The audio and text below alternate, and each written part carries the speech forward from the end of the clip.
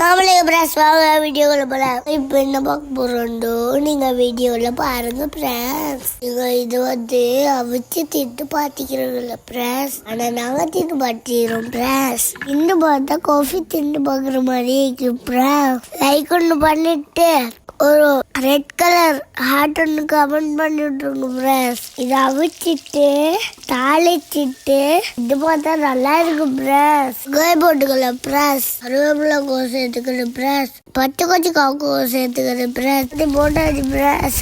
சாப்பிடலாம் கிட்டுக்கலாம். நான் குட்டி குட்டியை வச்சுக்கிறேன். தேங்காய் சேர்த்துக்கலாம்.